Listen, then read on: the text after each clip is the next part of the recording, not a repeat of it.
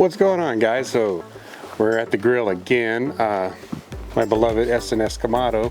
So what I'm going to do is we're going to do a rotisserie chicken cook. 2 chickens, 2 different seasonings on them. One is the Grace Jamaican seasoning, and then the other one is Chupacabra's Cluckalicious seasoning. 1 chicken for the kids, less spicy, more savory. The other chicken is for, you know, the parents, us, that don't mind a little kick in our chicken, and we're looking for a lot of Jamaican flavor. So I did brine the chickens overnight and set them in the tub. I did find out, though, before I put the tub in the fridge, that one of my tubs is defective, has a leak. So I did reach out to Amazon and request replacements be sent. So I'll send back the defective one, keep the good one, and then just replace the defective one with a good one. So one tub I did a leak test on after the fact, and it's holding water. The other one was leaking, and it was leaking like a sieve, got over the countertop, as you can see in my footage. Also, I did buy this cheap spit. I say cheap, it's 78 bucks on Amazon. It's a spit for like 22 to 23 inch Kamados, and then it goes up to like 36 to 38. My Kamados are 24, so it came up a little bit too short with the shorter configuration, and it was way too long with the longer configuration. So I did what anybody would do. I got my Dremel out and I went to town on this thing, and yeah, made it fit. Did a little grinding on a couple parts there to configure the spit to rotate freely on the one end, and we're gonna see if this thing works. We're gonna see if the motor craps out, because like I said, it is a cheaper rotisserie, and we'll just see how it goes. I had a master built one, and that one crapped out on me when I was trying to do a video of a rotisserie cook a long time ago, and then it took them forever to send me the replacement, and by then my master built had turned into a big ball of flames, and it's actually sitting off on the side of my deck still, waiting for the landfill. So anyways, we're gonna get this bad boy set up for a rotisserie cook. This is my first time doing an open flame kind of rotisserie deal. Of course, I'll keep the top closed on a good part of the cook, but we're going to try to get the coals just, you know, hot enough to where they're cooking that chicken slowly and letting it rotate and just keeping all those juices distributed. The brine that I used was the same brine I used for my turkey for Thanksgiving. I did some bourbon, I did some peppercorns, I did some salt, brown sugar, and then I almost forgot, but then I came back after the leak detection and added my apple juice off camera, of course. But so it's apple juice, kosher salt, bourbon, brown sugar, and peppercorns, and in water. So let's take a look at this and get this set up. So open that bad boy up for now. We are not going to use the indirect stone, so I'm going to take that out right now. Take this mama jamma out. Now, for this rotisserie system, the clamps want to go flat against the wall of the Kamado. Well, my SNS Kamado has this little step up type deal where the slow and sear rack sits on this little ring, and I took the ring out and I took the grate out, of course, and so we had this lip. So I had to come up with a solution to fill the gap, so I cut some wood pieces to kind of even out the flatness, and then it perfectly clamped to the walls of the Kamado. It's nice and stuck. So innovation was necessary in this instance. Now when I put the chickens on here, I'm hoping they sit in here perfectly fine and these bolts don't get in the way. One thing I could do is shorten these bolts to where they go in further, but for this cook we're just going to run with it and see what we can do. So let's go ahead and get a fire going, and then we'll worry about if I have to squish the chickens together a little more or something. But let's get some coals and stuff going in this thing. Alright, we're just going to take some lump oak coals here. Don't need a ton, man. You're talking just enough to generate some good heat. Now I'm going to put a couple hickory pieces in here, and I have some apple also that I'm going to throw in here for this. The apple will add a little bit of that sweetness from the wood, as well as the hickory will add some of that nice hickory, typical hickory flavor you get in, you know, poultry, whenever you get roasted poultry from the store or whatnot. So hickory's great on birds. Alright, Throw a couple of apple chunks in there.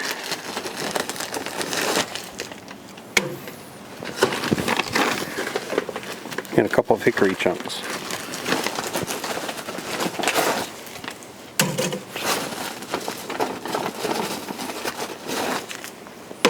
Just like that. Alright. Let me move the camera in so I can get a better shot here. Got a little starter here. Just going to set it in the corner. I'm going to light that bad boy up.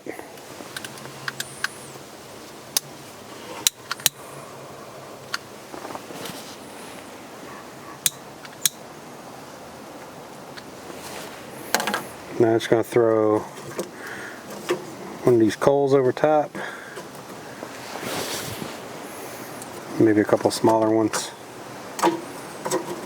Like so.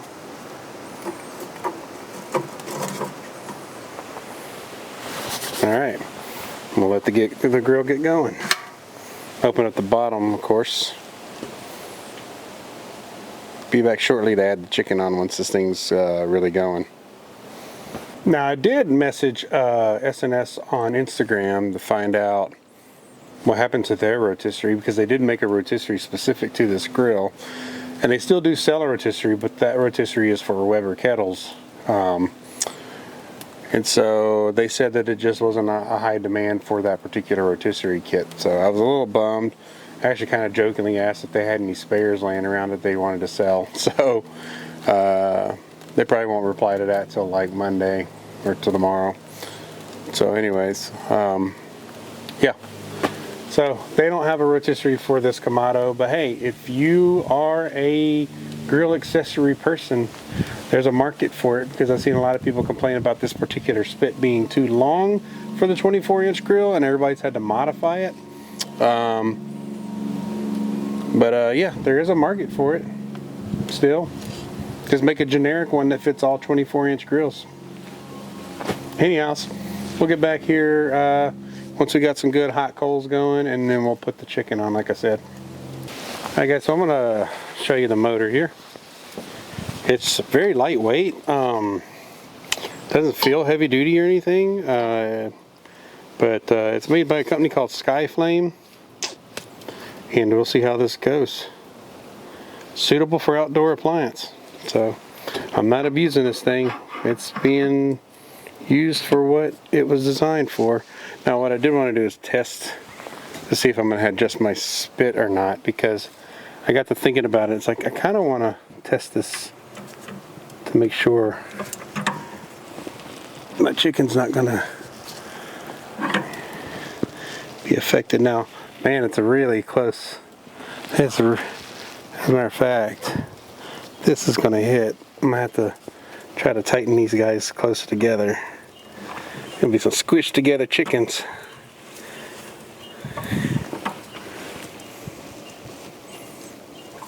Oh yeah, this will work. I just have to do it in a manner.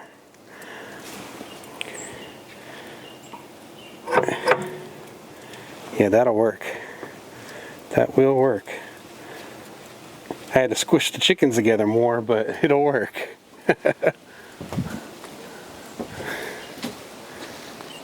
So we got coals already going.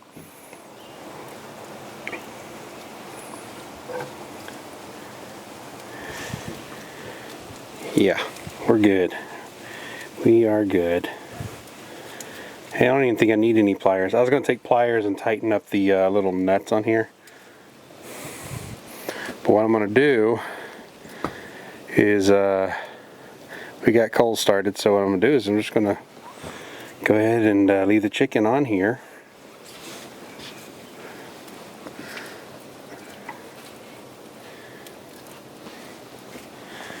Yeah. Squish together, but it'll work. There it is, rotating away. So what I'm going to do is I'm going to close the lid on this thing and let it do its thing.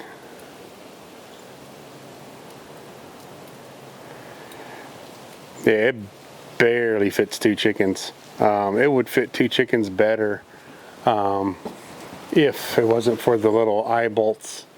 And I may modify that actually.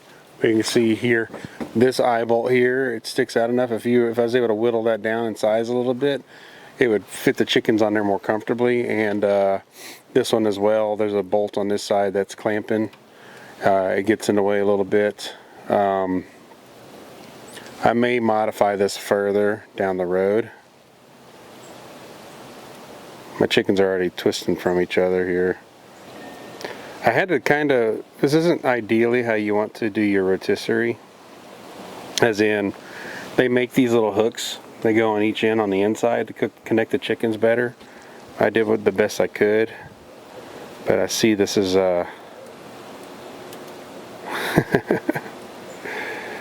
anyhow, they're rotating, but not quite how I envisioned.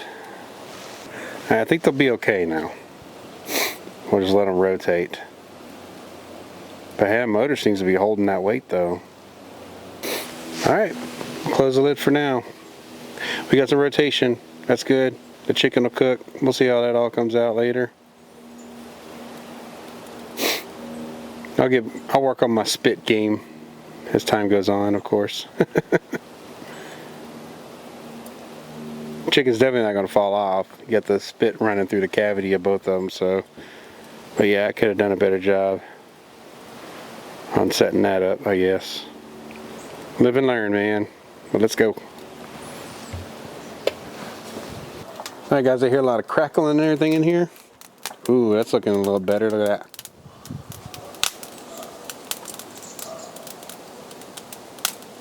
That's better. Got some crackling going on because the coals are catching. I'm going to rake them around a little bit. That's the beauty of this open bottom here, is I can rake some coals around and get them evenly distributed now underneath the chicken.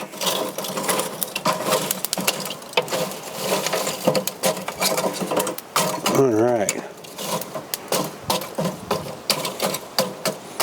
Alright, cool. Now what I'm going to do is I'm going to start messing with the vent settings. We're going to dial this down to about 1. I'm going to set the bottom slider to just leave this closed but leave this open. Maybe dial this down to the 5 or 6. See what 1, 2, 3, 4, 5. We're going to do it at the 5. So now we got smoke generating because we've snuffed out some of the fire.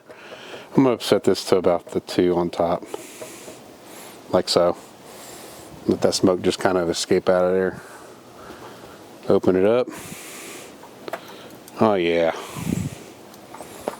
I don't want to cook these chickens too fast, so I'm going to be monitoring the dome temp and see if I can get it to be around, keep it around the 250 or so on the dome. Because if it's 250 on the dome, it's hotter at the grate, or down where the chicken is, it's a lot hotter. Probably 300, 350. So anyways, that's where we're at right now. We'll keep an eye on this. Alright guys, we've been going for about half an hour. I actually got it to about 300 on here. I dialed the dome back. I had this open a little more and I dialed it back to 1. And I dialed this guy down here back also to about 1. Try to calm it down some for a little bit. I don't want it to get too crazy in there. But we also don't have a perfect seal in here when you're using the rotisserie kit, because the way the clamps, they do kind of make a spacer effect on here, but it doesn't seem to be too big of a deal because the flames stay kind of calm. Like I'll show you, they won't ramp up until I open this up, but you can see it's just coals going. So yeah, but look at the color on the chicken. Coming along pretty nice, I must say. I won't probe these for a little bit. These look like they still got a while to go, but man, look at that. Look on the one side, it's like darker, and then this one's lighter because of the different rubs. But now the fire's ramping up, so I'm gonna go ahead and close it so it doesn't get too crazy, and we'll come back when I'm probing these things.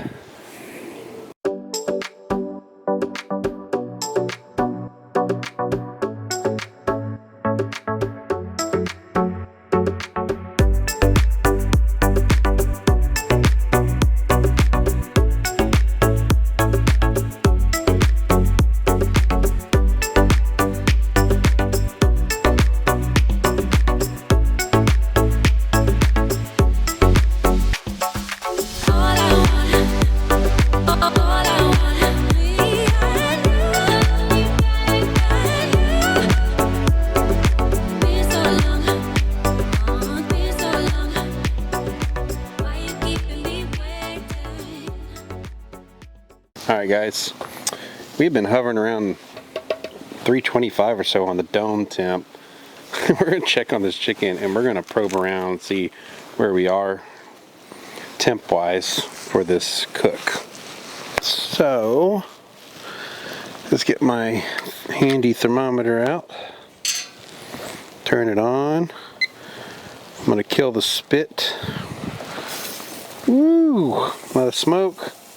Oh man, it's looking close to done almost. That's funny. You turn the spit off, turn it on, it goes the other direction. Let's pick poultry. Let's flip it right here and check the temperature of the breast here. 110, 112, 113, 114. Okay, we're about 114 on the breast on that one. 145, 144. Check a couple other spots here. Actually, yeah, let me check the other side of this breast. 165, 171. This one's pretty done. Let me check on this one again. 155, 150, 148, 147. Now we're going to let them go a little longer. And then we're going to sauce them up. So I'll check on the temperature here again in, I don't know, another 15 minutes or so. Okay guys, I probed around and the chicken is at temp now. Now we're just going to kind of do some finishing touches here. Only on the one chicken I'm going to put some of this Grace Jamaican style jerk sauce on there. Like I said, one's going to be kind of a jerk chicken type deal, and the other one's just going to be a poultry seasoned Cluckalicious flavored rub kind of deal. So what I'm going to do is open this guy up. We're going to stop the spit once it comes around to the breast side.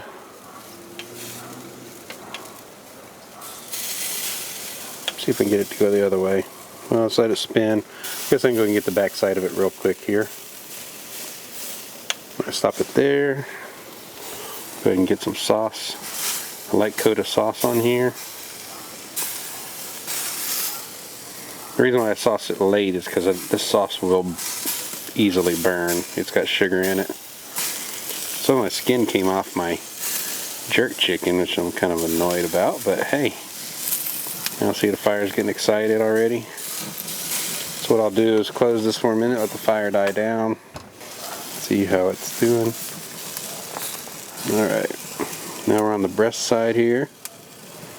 I'm going to stop it. Go ahead and sauce this side up.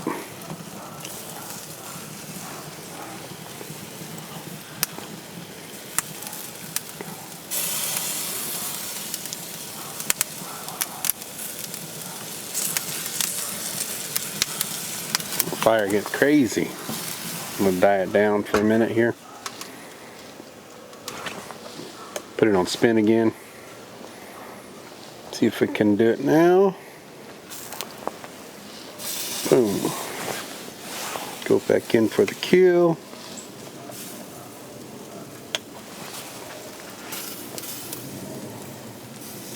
Just get as much of that Jamaican sauce on there as I can. Fire's like, hello, I see you've given me a whole bunch of oxygen again. Alright, it's pretty good right there. Now we will just let this thing rotate for a little bit longer, let that sauce bake in some. Just like that. And then I'll be taking these chickens off here in probably like 5 minutes. Alright guys, I went ahead and took the chickens off of the spit and brought them in, and you can see like a couple of the thighs pulled off. The chicken was just incredibly tender and juicy, and it was hard to keep that thing together, so you can see the quarters fell off.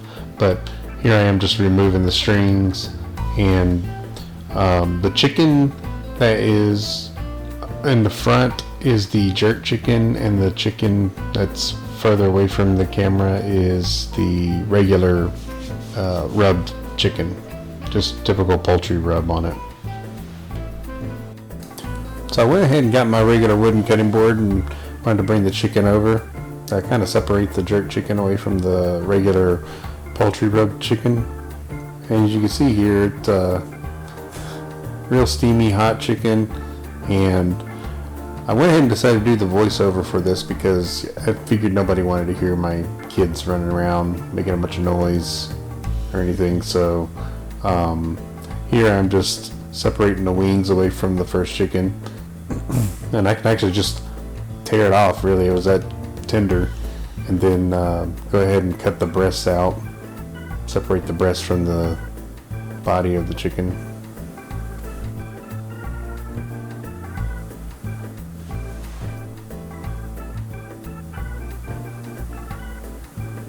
I will say this, I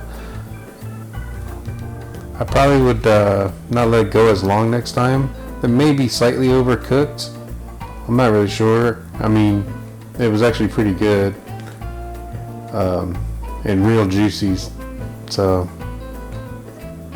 I would just say it was maybe the way I tied the chicken to the spit that I had it falling apart the way I did. Alright, going in for the kill on the poultry rub chicken. And oh man, I remember it tasting so good. It was just real juicy, and there was a lot of flavor on that wing because, you know, there was a lot of spices all over the skin.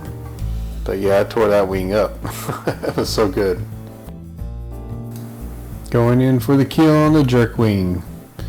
Now man, I will say the jerk wings were really good because I had that jerk sauce on there along with that Grace seasoning. One thing I will say though is when I was actually trying the chicken, like the chicken breasts, I didn't really taste it as much, and I figured maybe next time I will do an injection on it or something. But not bad though. And to wrap this up, guys, went ahead and just took all the chicken and chopped up the leftovers, and we saved that for making chicken salad, sandwiches, and whatever else we can use chopped chicken in. But yeah, we don't let any of it go to waste. So I just went ahead and chopped it up and put it all away. So till next time, guys, cheers.